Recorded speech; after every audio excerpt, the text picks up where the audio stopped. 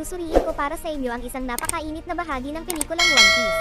Sa segment na ito, narating na ng grupo ni Luffy ang pinakamapanganib na lugar sa New World, isang lugar na binabantayan ng husto ng Navy at ng World Government dahil nagtatago sila ng sandata na may kapangyarihan na katumbas ng isang sinaunang armas. Sa hindi inaasahan, mayroong isang lubhang mapanganib at makapangyarihang individual. Dati siyang maalamat na dating Navy Admiral na may ganap na hustisya. Layunin niyang lipulin ang lahat ng mga pirata sa mundong ito. Nagkataon, ang grupo ni Luffy ay nahuli sa kanyang plano, kaya kailangan nilang harapin ang dating Navy Admiral na iyon upang maiwasan ang kanyang planong pagsira sa New World.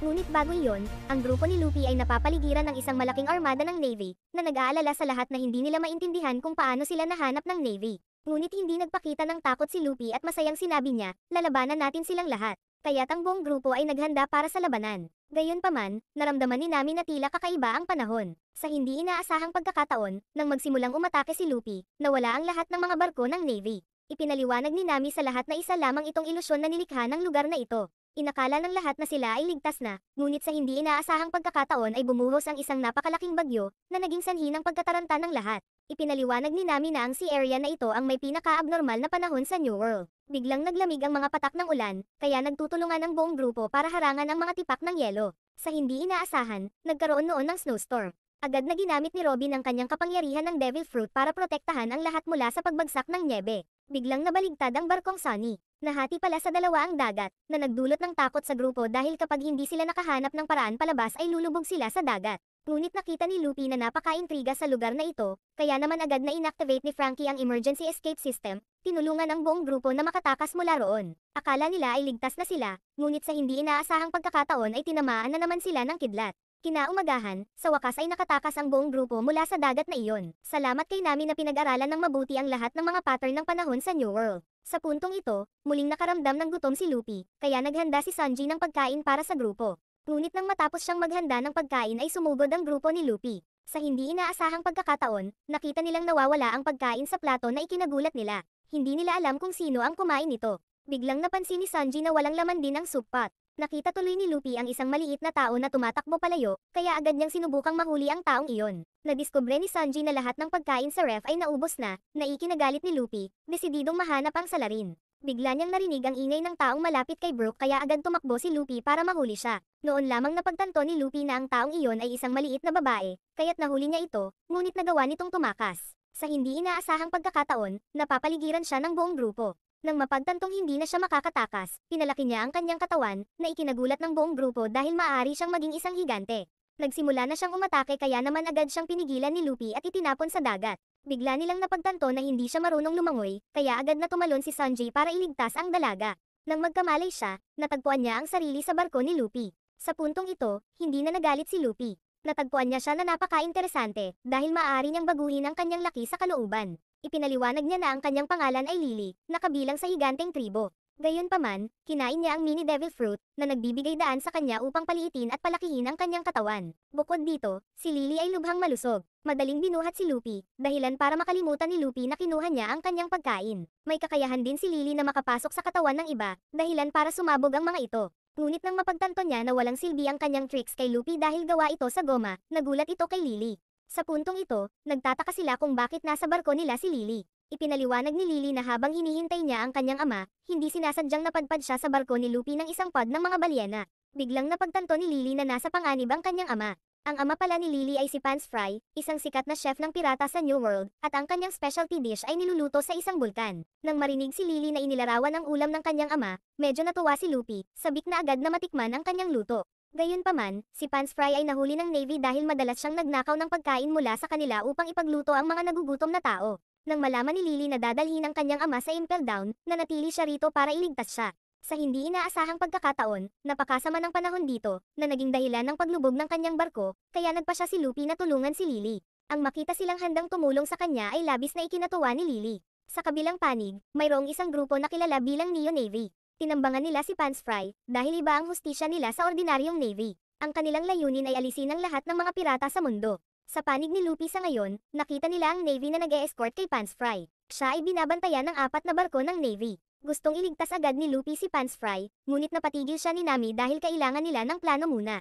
Kaya nagsimulang gumawa ng plano si Nami at ang lahat. Si Luffy, Brook, Chopper, at Robin ay bumuo ng isang pangkat upang maakit ang atensyon ng Navy. Samantala, papasok mula sa likuran sina Zoro, Sanji, Lily, at Usopp para iligtas si Pants Fry. Si Frankie ay magbibigay ng suporta para sa lahat mula sa barkong Sunny. Si Nami ay magmamanyobra sa isang maliit na command ship para pamunuan ang rescue mission. Kaya, nagsimulang kumilos ang pangkat ni Robin. Biglang nalaman ni Nami na nawawala si Luffy. Binanggit ni Robin na sinundan niya si Lily, na ikinagalit ni Nami dahil hindi niya sinusunod ang plano. Samantala, si Pants Fry ay binabantayan ng isang Vice Admiral. Nahuli siya dahil sa pagnanakaw ng mga probisyon ng Navy para pakainin ang mga nagugutom na sibilyan. Nasa posisyon na ngayon ang grupo ni Luffy, handang kumilos. Ginamit ni Robin ang kanyang kapangyarihan sa Devil Fruit para mawalan ng kakayahan ang lahat ng mapagbantay na puwersa ng Navy. Nag-transform si Brook bilang multo para takutin sila. Nang makilala ang pagkakataon, agad na pinutol ni Zoro at Sanji ang mga kadena na pumipigil kay Pants Fry. Naisip ni Nami na lahat ay nangyayari ayon sa plano. Sa hindi inaasahang pagkakataon, lumitaw si Luffy at binati si Pants Fry. Agad silang nakilala ng Navy bilang tauhan ng Straw Hat. Sinalakay ng Vice Admiral si Luffy, kaya agad siyang pinigilan ni Zoro, pinayagan si Lily na muling makasama ang kanyang ama. Sa hindi inaasahan, agad siyang inatake na ikinagulat ng lahat na hindi nila kilala kung sino ang umaatake. Sa puntong ito, patuloy silang umaatake sa Navy. Napagtanto ng Vice Admiral na sila ang Neo Navy, na dalubhasa sa pangangaso ng mga pirata. Bigla niyang sinimulan ang pag-atake kay Pants Fry, kaya pinalaki ni Luffy ang kanyang katawan para pigilan siya, dahilan para mahulog siya sa tubig. Kaya agad na tumalon si Zoro para iligtas si Luffy. Napagtanto ng Vice Admiral na ang kanyang pangalan ay Shuzo. Siya ay dating Vice Admiral ng Navy. Pagkatapos ay sinimulan nilang palibutan si Pants Fry, nalilito itong Vice Admiral kung bakit nila ito ginagawa. Ipinaliwanag sa kanya ni Shuzo na sila ang Neo Navy at ang layunin nila ay lipulin ang lahat ng mga pirata, sa halip na ipadala sila sa bilangguan ng Impel Down. Iyan ang sense of justice ni Z. Nagulat ito sa Vice Admiral dahil si Z ay dating Navy Admiral. Sa sandaling ito, nag-transform si Lily bilang isang higante at inatake si Shuzo. Gayunpaman, nagawa niyang makaiwas at maka-counter-attack sa kanya, kaya agad na pumagitna si Sanji para pigilan si Shuzo. Nang malaman niya na si Sanji ay miyembro ng Straw Hat Crew, inutusan niya ang kanyang mga subordinate na alisin sila. Sa hindi inaasahang pagkakataon, tinulungan ng Vice Admiral si Sanji dahil ayaw niya ang Neo Navy. Sa puntong ito, si Luffy ay nailigtas din ni Zoro at sumali sa labanan, na ikinaintriga ni Shuzo, dahil napakataas ng bounty ni Luffy. Kaya tinatake niya si Luffy, na nagtulak kay Luffy na humarap din gamit ang Gear 2. Gayunpaman, madaling napigilan ni Shuzo ang pag-atake, kaya't pareho silang nagpatuloy sa pakikipaglaban. Habang ang Vice Admiral ay nakipaglaban kay Zoro, pinigilan ni Sanji ang Neo Navy para protektahan si Lily at ang kanyang ama.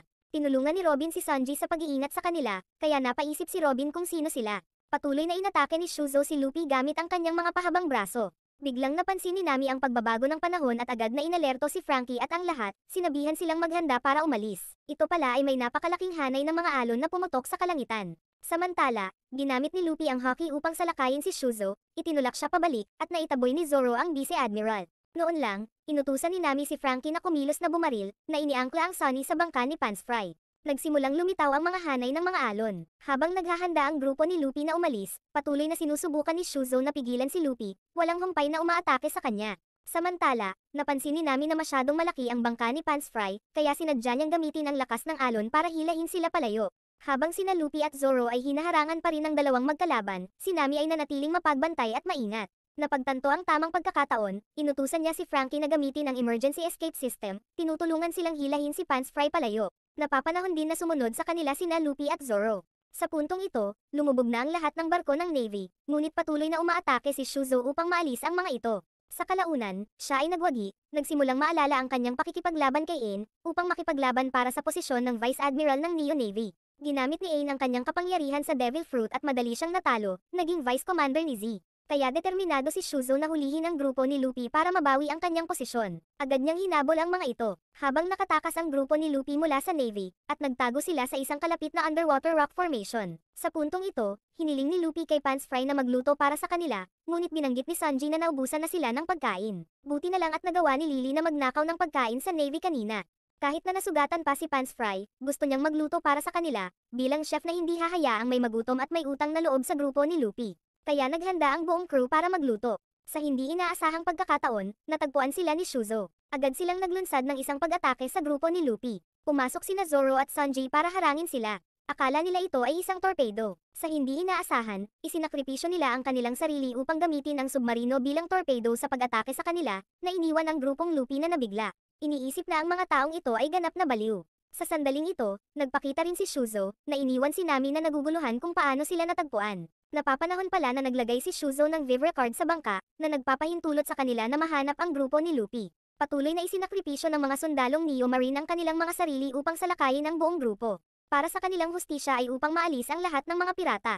Agad na inatake ni Pants Fry si Shuzo, ngunit naitaboy siya nito. Sumugod din si Lily para tulungan ang kanyang ama. Gayunpaman, siya ay pinatumba pabalik sa barkong Sunny. Sa kabutihang palad, nagawa ni Lily na lumiit pabalik sa oras, kaya nanatiling hindi napinsala ang barkong Sunny. Nang balak ni Shuzo na harapin si Pants Fry, kaagad na pumagitna si Luffy at pinaalis siya. Ngunit determinado si Shuzo na patayin si Pants Fry, kaya patuloy siyang inatake ni Luffy. Sa hindi inaasahang pagkakataon, madaling hinarang ni Shuzo ang mga pag-atake ni Luffy gamit ang Rokushiki at napatumba siya sa lupa. Ipinagpatuloy ni Luffy ang paggamit ng Haki para i-counter-attack siya. Nakakapagtaka, napakalakas talaga ng Tekkei technique niya, madaling nakaharang sa mga suntok ni Luffy. Napagtanto ni Luffy na hindi siya madaling kalabanin. Nang gagamitin na niya ang Gear 3, palihim na inatake ng kanyang kambing si Luffy, na nagdulot sa kanya ng pinsala.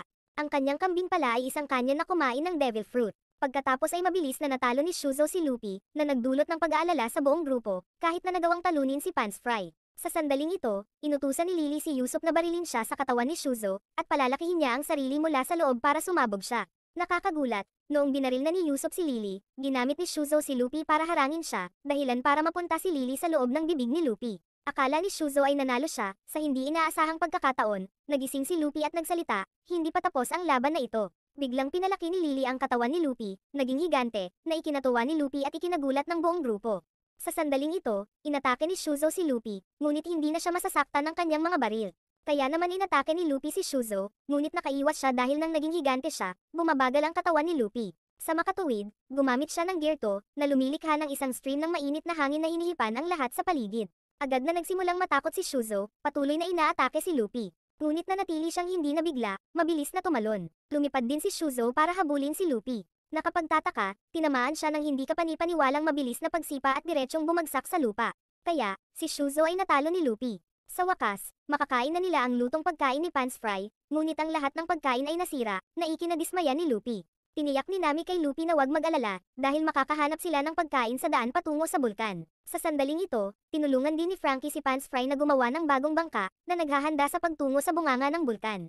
Nakatali si Shuzo at ang kanyang mga tauhan. Pagsapit ng gabi ay natagpuan sila ng Vice Admiral, na nagpasya na dalhin sila sa bilangguan ng Impel Down. Sa panig ng grupong Luffy, ng mga panahong iyon, sila ay nangingisda at naghahanap ng makakain. Sa wakas, nakapagluto na si Pants Fry para sa buong grupo, na ikinatuwa nila. Sa puntong ito, nagpaalam sina Lily at Pants Fry sa mga tauhan ni Luffy at nagpatuloy sa kanilang sariling paglalakbay. Samantala, sa ibang lugar, nakita ni Z ang ulat na dinala si Shuzo sa Impel Down. Habang nag-aalala si Aang na maaaring ihayag ni Shuzo ang mga plano ni Z sa Marines, nanatili siyang walang pakialam, sa paniniwalang kahit gaano papahirapan si Shuzo, hindi niya isisiwalat ang mga plano ni Z, dahil ang mga miyembro ng Neo Marines ay palaging naninindigan para sa ganap na hustisya. Sa sandaling ito, naghahanda si Z para sa kanyang plano. Nais na pala niyang lipulin ang lahat ng mga pirata sa mundong ito ng sabay-sabay, kaya nagsimula na siyang kumilos. Patuloy na inuutusan ni Z ang kanyang mga sundalo na salakayin ang base ng Navy upang sakupin ang unang isla. Sa puntong ito, nagsimulang ihayag ni Z ang kanyang sarili at sinabing, wawasakin ko ang lahat ng mga pirata sa mundo. Pagkatapos ay agad na inatake ni Z ang Navy na may napakalaking lakas, na naging dahilan upang hindi siya malapitan ng Navy. Si Aang, ang deputy commander ni Z ay kumilos din kasama ang isang nagngangalang Benz, na may kakayahang kontrolin ang mga halaman upang salakayin ang Navy. Sa sandaling ito, sa kanyang napakalaking kapangyarihan, madaling hinarang ni Z ang pag-atake ng isang higante at agad na natalo ang mga ito. Sa wakas, nakapasok si Z sa loob ng base ng Navy upang makakuha ng isang uri ng bato na tinatawag na Dynastone, na may kakayahang sirain ang malawakan na katumbas ng kapangyarihan ng sinaunang sandata.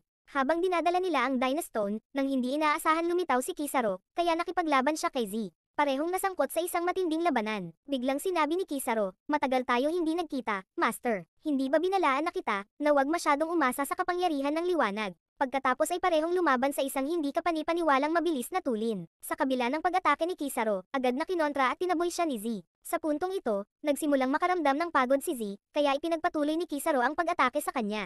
Nagtaka si Kisaro kung bakit gustong kunin ni Z ang mga Dynastone, kaya ipinaliwanag ni Z kay Kisaro na nilayon niyang buhayin ang mga sinaunang armas gamit ang mga batong iyon. Sa hindi inaasahang pagkakataon, itinaas ni Z ang isang Dynastone at dinurog ito, nasindak si Kisaro at pinatakas siya sa takot. Gayunpaman, hindi siya nakatakas. Ang Dynastone ay sumabog, na nagdulot ng napakalakas na pagsabog na sumira sa buong isla, na nagdulot ng pag-aalala ni Aang sa kanyang master. Sa kabutihang palad, nagawa ni Kizaru na maiwasan ang pagsabog. Sa sandaling iyon, dumating din si Aokiji, na hindi alam kung ano ang ginagawa ng Navy. Kinabukasan, masayang nagdiriwang pa rin ang grupo ni Luffy. Habang ang lahat ay sumasayaw at nagsasaya, si Chopper ay nakaamoy ng isang napaka-hindi kanais-nais na amoy, na naging sanhi ng kanyang pagkahilo. Nag-spray pala si Usopp ng insect repellent. Habang si Sanji ay naghahain ng inumin kay Nami, tuwang-tuwa siya nang makitang masaya si Nami. Biglang bumagsak ang ulap na abo mula sa langit, na naging sanhi ng kakilakilabot na lasa ng karne ni Luffy. Napagtanto ni Nami na ito ay abo ng bulkan, ngunit nakita nilang kakaiba ito. Maging ang internal post ni Nami ay naging medyo magulo, hindi matukoy ang direksyon. Napagtanto ni Nami na may malapit na mapanganib na isla, kaya nagpa siya silang itago kay Luffy ang islang iyon. Sa hindi inaasahan, nalaman niya ito at nagpas siyang lumipat ng direksyon patungo sa islang iyon, na ikinabahala ni Usopp, ngunit ang kanilang kapitan ang nagdesisyon. Bilang navigator, pinili ni Nami na pangunahan ang buong grupo sa islang iyon, kaya sabay-sabay na umalis ang buong crew. Biglang namataan ni Luffy ang isang lalaking inaanod sa dagat. Agad niyang ipinaalam sa grupo na iligtas ang lalaki. Habang inaabot siya ni Luffy, sa hindi inaasahang pagkakataon, nanghina si Luffy, kaya kinailangan siyang tulungan ni Sanji at Usopp na hilahin ito pataas. Sa sandaling iyon, sinuri siya ni Chopper at nalaman niyang wala lang siyang malay na nagpaginhawa sa buong crew. Ngunit nakita ni Nami na kakaiba ang matandang ito. Nakilala ni Robin na ang kanyang braso ay gawa sa Sea Prism Stone, kaya naman ito ay nakapagpahina kay Luffy. Sinabi ni Sanji na ang sandata na ito ay nilikha upang mahuli ang mga may kakayahan sa Devil Fruit, kaya napagtanto ng lahat na ang matanda ay lubhang mapanganib. Gayunpaman, hindi papayag si Chopper na saktan siya ng sinuman dahil siya ay isang doktor. Kaya pumayag si Luffy na gamutin siya ni Chopper at sinabing, kung kalaban siya, tatalunin ko siya, na nagpapasaya kay Chopper. Sa wakas, nagsimulang kumalma si Z. Naghanda sina Luffy, Zoro, at Sanji na lumaban dahil alam nilang maaari itong magdulot ng gulo sa kanila. Habang sinusuri pa rin ni Chopper si Z, tinitingnan kung okay lang siya. Nang mapagtantong inaalagaan siya ni Chopper, agad siyang pinasalamatan ni Z. Sa hindi inaasahan, nang makita si Luffy, nakilala siya ni Z bilang kapitan, na ikinagulat ni Luffy. Samantala, hinahanap pa rin ni Ain si Z gamit ang Vivre Card. Humanga si Luffy sa sandata ni Z, kaya sinabi niya sa kanila na noong bata pa siya ay nawalan siya ng braso, at ikinabit sa kanya ng isang scientist ang brasong ito, gawa sa Sea Stone, na kayang in-neutralize ang mga gumagamit ng Devil Fruit. Sa puntong ito, sabi ni Luffy, sana hindi ka marine, dahil pirata kami. Sa hindi inaasahang pagkakataon, nang malaman na si Luffy ay isang pirata, agad na nagbago ang ugali ni Z at inatake si Luffy, na ikinagulat ng lahat. Tinanong niya si Luffy, bakit gusto mong maging pirata? Dahil ako ang magiging haring pirata. Nang marinig ni Z ang kanyang ambisyon na maging hari ng pirata, si Z ay mas lalong nagalit at inatake si Luffy. Sumugod sina Zoro at Sanji para makialam. Sa kabila ng pag-atake ng tatlo, ngunit hindi pa rin nila napigilan si Z. Sa sandaling ito, natagpuan ni Ain at Bin si Z, kaya tumalon sila sa barkong Sunny, at ipinaalam sa buong grupo na sila ay Neo Marines. Agad na inatake ni Franky si Benz, ngunit kinokontrol niya ang mga baging para igapos siya. Habang nakikipaglaban pa rin sina Luffy, Zoro, at Sanji kay Z, si Nami naman ay nakaharap kay Ain. Sinubukan ni Robin na hulihin si Benz, ngunit napakabilis niyang kumilos para mahuli niya ito. Ang Usopp team ay naglalayo na tumalon pababa para iligtas si Franky. Sa hindi inaasahang pagkakataon, nahuli rin sila. Para naman kay Nami, inatake siya ni Ain gamit ang kanyang kapangyarihan sa Devil Fruit, dahilan para mawala siya. Nagalit agad si Chopper at sumugod, at nawala rin siya dahil sa kapangyarihan ni Ain. Maging si Brook ay naging biktima ng pag-atake ni Ain, kaya namagitan si Robin para pigilan siya. Iniisip na nawala si Nami, ngunit sa hindi inaasahan, ang kapangyarihan ni Ain ay ginawang mga bata sina Nami at Chopper.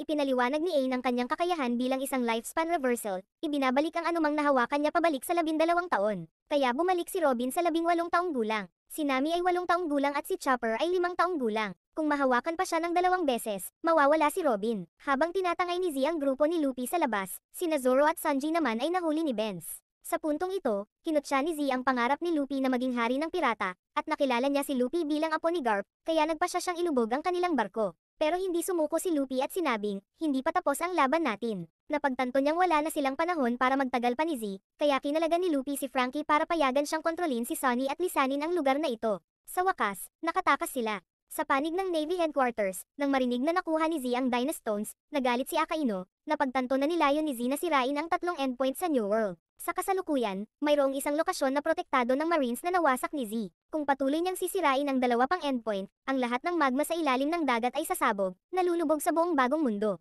Sa sandaling ito, kailangan nilang magplano kung paano pipigilan si Z, dahil siya ay isang dating malakas na Navy Admiral na binansagang Black Ark. Agad na iniutos ni Akaino na patayin si Z at ang buong Neo Navy. Nakilala rin ni Garp na si Z ay mapanganib, at ipinaalam sa lahat na si Z ay dating bahagi ng kanilang Navy team. Samantala, dumating ang grupo ni Luffy sa malapit na isla para ayusin ang Sunny Ship. Sa sandaling ito, sinisisi ni Chopper ang sarili sa paggamot sa mga pinsala ni Z, ngunit walang sumisi kay Chopper, kaya determinado ang grupo na pagbayaran ang utang na ito ng Neo Navy. Nag-aalala si Yusuf sa kanilang lakas, ngunit napagtanto ni Nami na kailangan nilang talunin si Aang dahil sa ganoong paraan, maaari itong bumalik sa kanyang normal na katawan. Sa sandaling ito, gustong makita ni Sanji na lumaki si Nami, ngunit pinagalitan siya ni Zoro bilang isang pervert, kaya nagsimula silang magtalo. Nahawakan din si Brook ni Aang, ngunit nananatili siyang hindi nagbago, hindi katulad ng iba. Samantala, nasa isang ship repair shop si Frankie na pag-aari ng isang matanda. Napagtanto niya na ang kanilang grupo ay inatake ni Z, dahil maraming mga pirata ang na-target ni Z kamakailan, na humantong sa kanila na huminto sa islang ito para sa pag-aayos ng barko. Hindi man siya pirata, pero gustong-gusto ng matanda ang mga pirata at handang tumulong sa mga hindi sumusuko sa kanilang mga pangarap. Napagtanto ni Nami na kailangan nilang bumili ng ilang damit, at mangalap ng higit pang impormasyon tungkol kay Z. Kaya kinaumagahan ay sumakay sila ng tren para pumasok sa kalapit na bayan para sa pangangalap ng impormasyon. Sa wakas, nakarating na rin sila sa kanilang destinasyon. Kaya naman naghiwa-hiwalay ang buong grupo para isagawa ang kani-kanilang gawain. Sa mga oras na ito, sabay-sabay na naligo ang grupo ni Luffy, ngunit dahil kinain niya ang devil fruit ay agad na nanghina si Luffy nang malubog sa tubig. Habang hinihintay pa ng grupo ni Luffy na mangalap ng impormasyon ang grupo ni Nami, nag-cosplay si Robin bilang dancer para pumuslit sa isang bar para sa impormasyon. Samantala, nagpanggap si Chopper bilang isang shoe shiner. Sa panig ni Luffy, naramdaman niyang napakalakas ng braso ni Z dahil partikular itong idinisenyo para talunin ang mga gumagamit ng devil fruit. Kaya sinabi ni Sanji kay Luffy na hayaan silang dalawa ni Zoro na hawakan si Z. Ngunit agad na tumanggi si Luffy, ako ang magpapatalo sa kanya. Biglang nakita ng grupo si Aokiji dito kaya nagulat sila. Hindi nila maintindihan kung bakit nandito ang isang admiral ng Navy. Sa panig ni Z, naabot na niya ang pangalawang endpoint, at naghahanda na i-activate ang Dynastone para sirain ang lugar na ito. Habang naghahanda ang grupo ni Luffy para labanan si Aokiji, pero sabi niya, umalis na ako sa Navy, hindi na ako admiral. Sa puntong ito, walang intensyon si Aokiji na makipag-away. Pagkatayo pa lang niya, nagulat ang lahat dahil maraming galos ang katawan ni Aokiji, nawalan pa ng paa sa pakikipaglaban sa Red Dog na si Akaino. Sa panig ni Nami, sa sandaling ito, wala pa silang nakakalap na karagdagang impormasyon, ngunit ang buong grupo ay nakakuha ng kaunting pera, salamat sa pagsasayaw ni Robin. Sa oras na ito, nakikipag-usap ang grupo ni Luffy kay Aokiji. Nagtataka si Luffy kung bakit sila naglaban ni Akaino, ngunit tumanggi siyang sumagot. Napansin din ni Aokiji na nakaharap ni Luffy si Z, at sinabi sa kanila na siya ay dating Navy Admiral. Sa panig ni Nami, tinatanong niya ang mga sundalong marine tungkol kay Z, kaya sinabi nila kay Nami ang alam nila. Nasa islang ito din si Z para sirain ang endpoint. Bago pa siya makapagtanong pa ay hinarang na siya ng isang marine captain. Dahil napansin niya ang sobrang curiosity ni Nami kay Z, agad siyang nagpasya na hulihin siya. Sa kabutihang palad, nakialam si Robin sa oras upang iligtas siya at nakatakas sila. Sa kanya napagtanto, na si Robin ay miyembro ng Straw Hat Pirates. Sa sandaling ito, nakilala ni Aokiji na ang One Piece ang pinagmula ng panahon ng pirata. Habang ang mga pirata ay laging hinahabol ang kanilang mga pangarap, gusto ni Z na burahin ang pangarap na iyon. Kung mawawala ang One Piece, matatapos ang Pirate Arrow, at iyon mismo ang gustong makamit ni Z.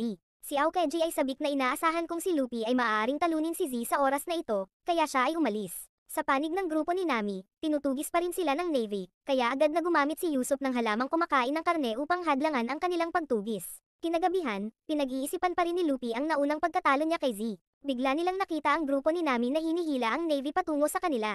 Habang naghahanda sina Zoro at Sanji para sa labanan, humakbang si Luffy ng mag-isa.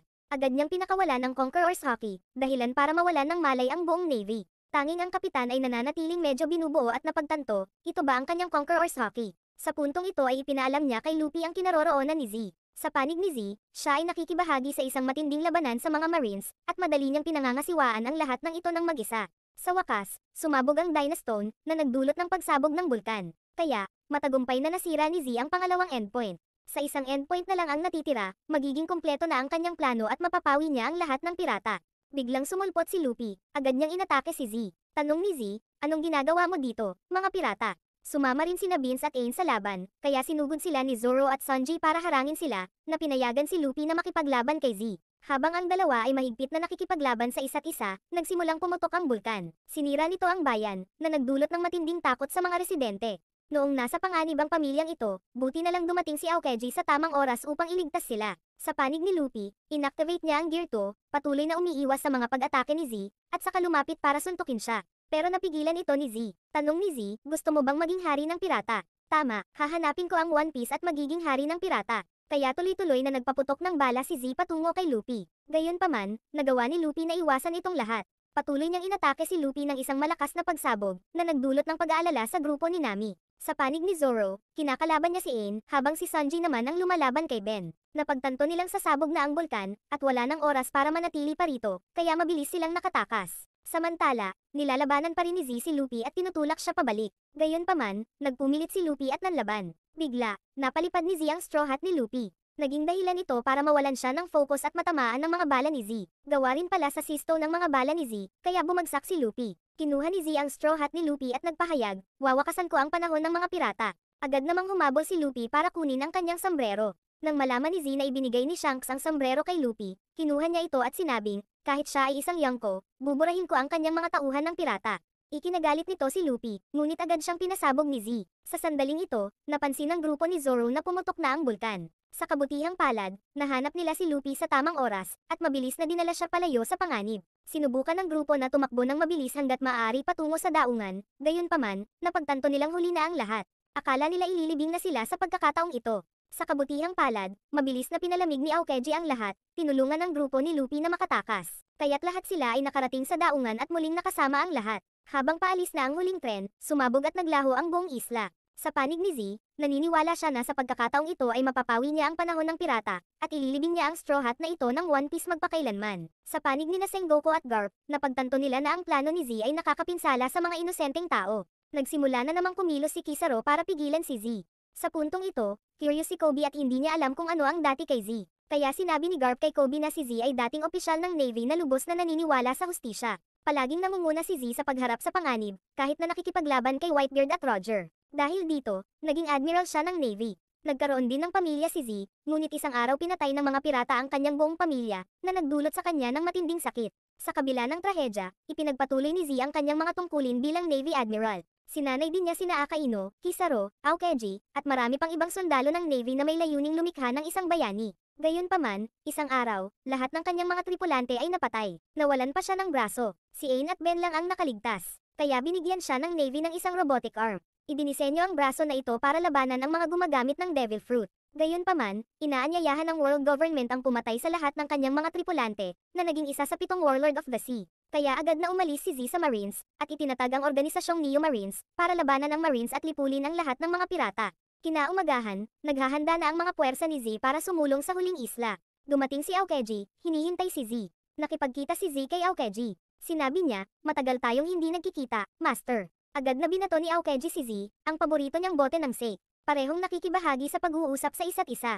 Pinayuhan niya si Z na huminto, ngunit tumanggi si Z, dahil determinado siyang lipulin ang lahat ng mga pirata, isang bagay na hindi nagawa ng mga Marine. Napagtanto ni Aokiji na hindi niya kayang kumbinsihin si Z, kaya agad siyang naghanda upang labanan ang kanyang dating master. Sa hindi inaasahan, nagpa siya si Aokiji na talikuran ng laban at umalis, dahil napagtanto niyang hindi ito ang kanyang laban upang lumaban. Sa panig ni Luffy, tinulungan ni Chopper si Luffy sa pagtanggal ng bala ng sea stone sa kanyang balikat. Habang patuloy niyang iniisip ang nalalapit na labanan kay Z, hindi alam ni Nami kung paano aaliwin si Luffy. Biglang sumulpot si Aokiji na ikinagulat ni Nami at ng iba pa. Gayunpaman, nanatiling kalmado si Luffy at tiniyak ang lahat na nagsasabing, ayos lang, dahil nagkita na sila nito noon. Sa sandaling iyon ay isiniwalat ni Aokiji ang layunin ni Z sa grupo ni Luffy. Ang layunin na gamitin ang Dynastone. Agad itong nakilala ni Robin bilang isang uri ng bato na may kapangyarihan na maihahambing sa mga sinaunang armas. Gusto niyang sirain ang 3 endpoints sa bagong mundo. Ang mga endpoint na ito ay mga bulkan sa ilalim ng dagat. Ang paghahayag na ito ay ikinagulat ng mga grupo ni Luffy, dahil akala nila ay alamat lamang ito.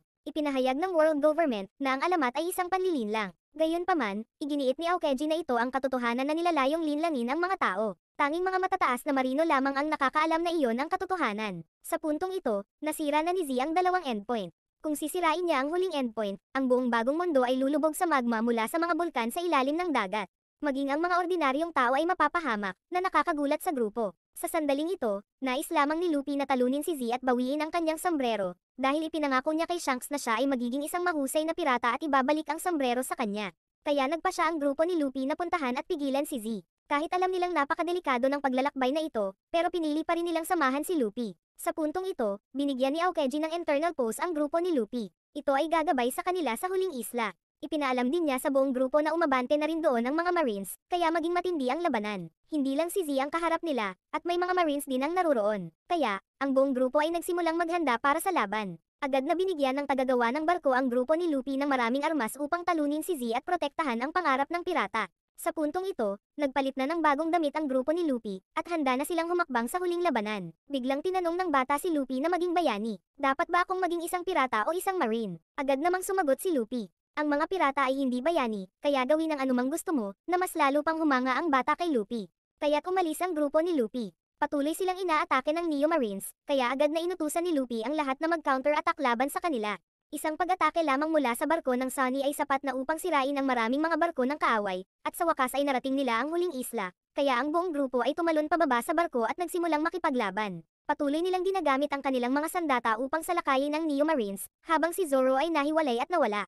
Nakapagtataka, nakasalubong niya muli si Ain, kaya natuwa si Zoro at naghanda para sa labanan. Sa panig ni Sanji, nakikipaglaban siya kay Benz. Lubos nilang hinahangaan si Z, at hindi nila pinapayagan ang mga tauhan ng Straw Hat na gulahin ang kanyang mga plano. Sa puntong ito, ginamit ni Luffy ang karne upang talunin ang Neo Marines. Dahil sa sobrang gutom ay agad niyang kinain ang kapirasong karne. Sa panig ni Kizaru, napagtanto din niyang dumating na ang mga tauhan ng Straw Hat, kaya gusto niyang hulihin silang lahat. Samantala, naghanda si Z na gamitin ang Dynastone para sirain ang isla, at napagtanto din niyang papalapit na si Luffy. Habang si Luffy ay patuloy na napapalibutan ng Neo Marines, ngunit madali niyang natalo ang lahat ng ito, at ginamit niya ang Observation Haki upang umiwas sa mga bala, na ginagawang imposible para sa kanila na matamaan si Luffy. Sa puntong ito, nakikipaglaban si Zoro kay Ain. Patuloy niyang ginagamit ang kanyang kapangyarihan para pigilan si Zoro. Sa panig ni Sanji at sa iba pa, matindi din ang laban nila. Gumawa si Robin ng dalawang malalaking paa para sipain ang Neo Marines, habang nag-transform si Chopper at ginamit ang kanyang Kung Fu Point para talunin sila. Nag-set up si Usopp ng mga bitag ng kawayan para mawalan ng kakayahan ang mga marino. Ginamit ni Nami ang kanyang mga bula ng Weatheria, na lumikha ng mga Electric Thunderbolt para patayin ang mga kalaban, na hindi inaasahang tumama kay Chopper at Usopp.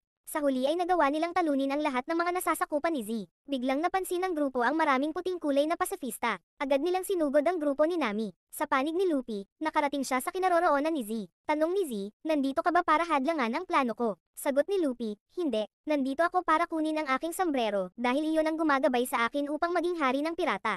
Napahagalpak ng tawa si Z kaya handa siyang labanan si Luffy. Parehong patuloy na sumugod sa pag-atake sa isa't isa. Sa panig ni Nami, sinasalakay sila ng mga pasifista. Buti na lang at natulungan sila ni Franky. Kinokontrol niya ang General Franky para salakayin ang mga kalaban, at madali niyang natalo ang pasifista. Habang kinakalaban ni Sanji si Benz, patuloy siyang gumamit ng mga baging upang subukang hulihin si Sanji, ngunit nagawa niyang iwasan ang mga ito. Patuloy na hinabol at sinasalakay ni Zoro si Ain, pinutol ang kanyang mga bala sa kalahati at nagtanim ng takot sa kanya. Pagkatapos ay ginamit ni Zoro ang kanyang ultimate technique para talunin si Ain. Sa panig ni Sanji, nag-aapoy siya at gumamit ng malakas na sipa para talunin si Benz, kaya siya rin ang nanalo. Sa puntong ito, bumalik si Nami sa kanyang normal na anyo, na nagpasaya sa kanya. Si Chopper at Robin ay bumalik din sa kanilang orihinal na anyo, ngunit si Brook ay nanatiling hindi nagbabago. Napagtanto nilang kailangan na lang nilang hintayin na talunin ni Luffy si Z. Sa panig ni Luffy, mahigpit pa rin niyang nilalabanan si Z. Gamit ang sunod-sunod na suntok para atakihin siya, gayunpaman, nanatiling hindi nabigla si Z, kaya ipinagpatuloy ni Luffy ang paggamit ng Gear 3 para itulak si Z pabalik.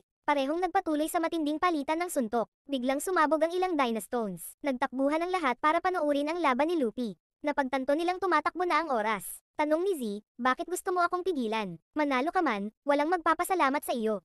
Sagot ni Luffy, ginagawa ko lang ang gusto ko. Kung hindi kita matatalo, hindi ako magiging hari ng pirata.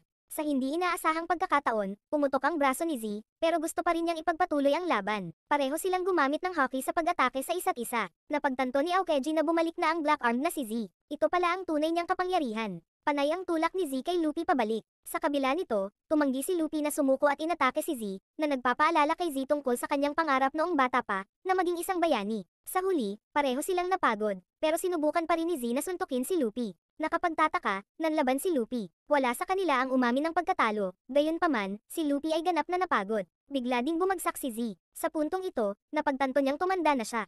Sa gayon, si Luffy ay nagwagi, na nagpasaya sa lahat. Agad silang tumakbo para yakapin si Luffy. Napagtanto ni Z na siya ay isang napaka-espesyal na pirata. Dumating si Ain at Bean sa sandaling ito, kaya humingi ng tawad si Z sa kanila.